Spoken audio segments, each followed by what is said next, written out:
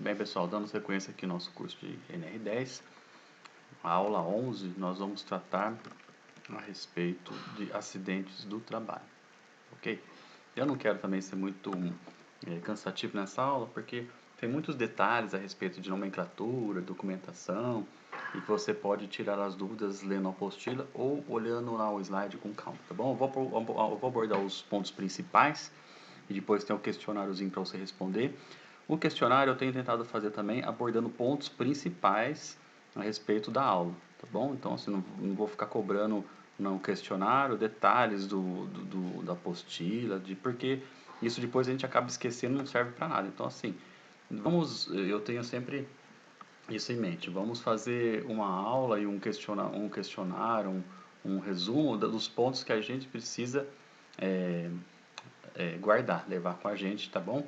E ter em mente. Então, ó, a definição, né? Ó, o acidente é o que acontece no exercício do trabalho, provocando lesão corporal ou perturbação funcional, podendo causar morte, perda ou redução permanente ou temporária da capacidade do trabalho.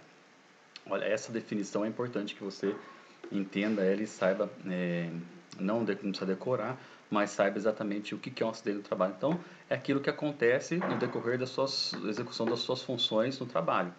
E pode ser desde uma lesão, um machucado, um corte, até uma perturbação funcional, algo que altere o seu estado normal, né, de vida, as suas características, e ele pode causar morte, perda ou redução permanente ou temporária da capacidade de trabalho, tá bom? Então, essa é a definição de acidente do trabalho.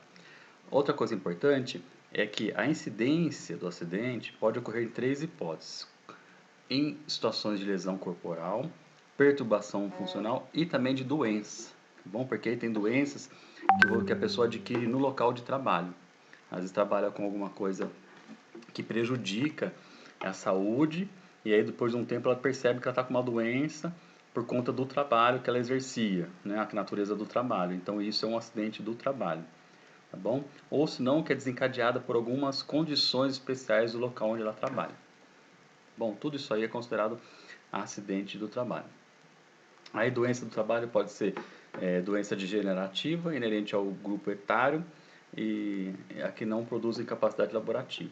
E doença endêmica, adquirida por segurado habitante da região em que ele desenvolvia o trabalho. Então a pessoa vai desenvolver o trabalho num local onde tem algum problema específico lá da região e ela acaba desenvolvendo uma doença por conta de ter ido morar lá ou de trabalhar naquele local. Tá bom? Então tem vários descritivos a respeito de acidente. Tem umas informações aqui importantes também. Ó. Acidente sofrido pelo segurado no local e no horário de trabalho em consequência de ato de agressão. Então, por exemplo, se uma pessoa agride outro colega de trabalho, e a vítima, né, o agredido, ele sofreu um acidente de trabalho. Bom, mesmo que não foi a empresa, mas foi um colega de trabalho, ele está no local de trabalho, qualquer coisa que acontecer no local de trabalho é um acidente do trabalho. Aí pode ser ofensa física intencional, ato de imprudência, negligência, ato de pessoa privada no uso ato de pessoa privada no uso da razão, outras situações relacionadas à edificação, desabamento, inundação, incêndio, etc. Tá bom? Que mais aqui é importante a gente guardar. Isso aqui é interessante, ó, que são estudos de acidentes e incidentes. Então aí, ó, tem uma pirâmide que ela é uma pirâmide de proporções. Então na base dela, ó, isso aqui são proporções, tá bom? Então assim, para cada incidente, 600 incidentes sem lesão ou dano visível, tá bom? Que é chamado quase acidente, são gerados 30 acidentes com dano à propriedade, tá? Todos os tipos. Desses 30 acidentes com dano à propriedade, são gerados 10 lesões menores, qualquer lesão relatada que não for séria, tá bom? Dessas 10 lesões menores, aí vai gerar uma lesão grave ou fatal, que inclui lesões sérias e incapacitantes. O que isso quer dizer? Que essa proporção, ela diz pra gente que tem que ser tratado a base, né? Ou seja, não tem que nem acontecer incidentes. Então a gente tem que lutar para não deixar acontecer os quase acidentes. É por isso que as empresas fazem campanhas de redução de acidentes, de quase acidentes, criam formas de contornar, de mudar a forma de pensar, de conscientização, justamente porque ela tem uma sequência de ações. Um acidente grave ou fatal, ele não acontece de repente sem ter acontecido essas outras situações anteriores, tá bom? Isso é uma média, lógico, mas é um estudo muito preciso, com comprovações, tá ok? Então, se você ataca a base e você evita os quase acidentes, você não chega lá na ponta da pirâmide, tá ok? Aí vai falar sobre o modelo causal de perdas, uma explicação rápida. E outro assunto que eu quero falar é sobre a CAT. Tá bom? Quando acontece um acidente no local de trabalho, é obrigatório que isso seja comunicado ao Ministério do Trabalho. Deixa eu achar aqui o slide. Comunicado ao Ministério do Trabalho instantaneamente. Então, aqui, ó, CAT, comunicação do acidente do trabalho. Na ocorrência do acidente do trabalho, o empregado deve levar o fato ao conhecimento da empresa. Então, assim, a pessoa sofreu o acidente do trabalho, não pode esconder do empregador. Tá bom? Às vezes a pessoa, antigamente, é que em São Paulo, por exemplo, é mais difícil de acontecer situações como essa. Em alguns lugares, estados do Brasil, e eu tenho tido essa oportunidade, infeliz oportunidade de constatar isso na prática, as pessoas são mandadas embora por justa causa, são mandadas embora sem qualquer motivação, e uma das coisas que faz as pessoas ser mandadas embora são acidentes de trabalho. Por quê? Nesses locais não existe tanta fiscalização, as pessoas também não reclamam, não fazem denúncia, não colocam, não processam a empresa. Então, eles são, lógico, subjugados por conta disso, por conta da falta de informação.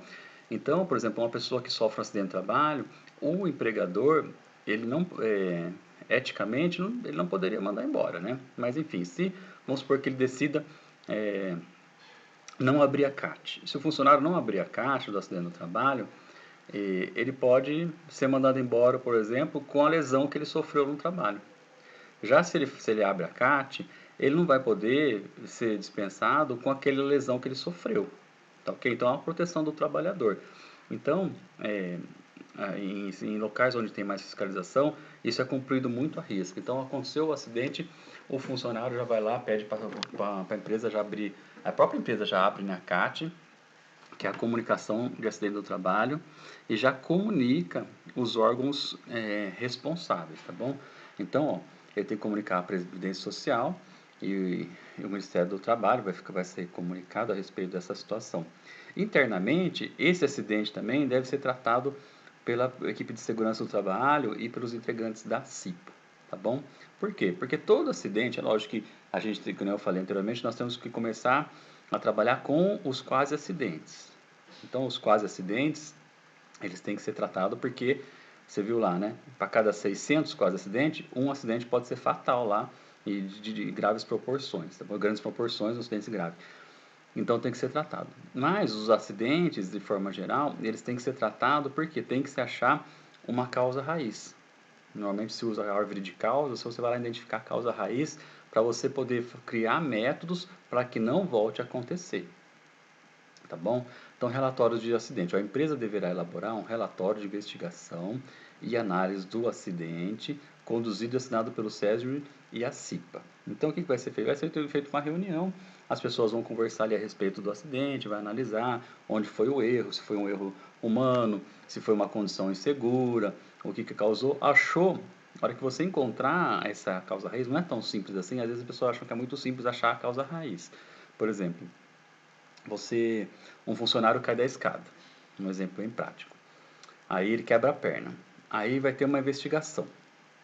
Aí a investigação básica e simples, ela vai falar assim, ele caiu da escada porque não estava ancorado, né? Estava sem o cinto, a escada não estava ancorada. Essa é a análise básica, superficial. Uma análise mais profunda, por exemplo, seria verificado o estado emocional do funcionário, outros incidentes na carreira do funcionário, os treinamentos, como ele correspondeu ao treinamento, se foram feitas verificações na hora da liberação do serviço, se quem verificou sabia o que estava fazendo, etc. Entendeu? Às vezes você tem uma falsa sensação que a causa raiz de um problema está ali na sua frente, mas muito pelo contrário. A causa raiz, o nome já diz, né? A raiz fica embaixo da terra, está escondido. Então, normalmente a causa raiz de um problema, ela está muito bem escondida, tá bom? Então, para quem trabalha com investigação de acidente, quem trabalha na CIPA, tem que ter isso em mente, tá? A causa raiz está sempre bem escondidinha e para você poder encontrar ela, precisa procurar bastante.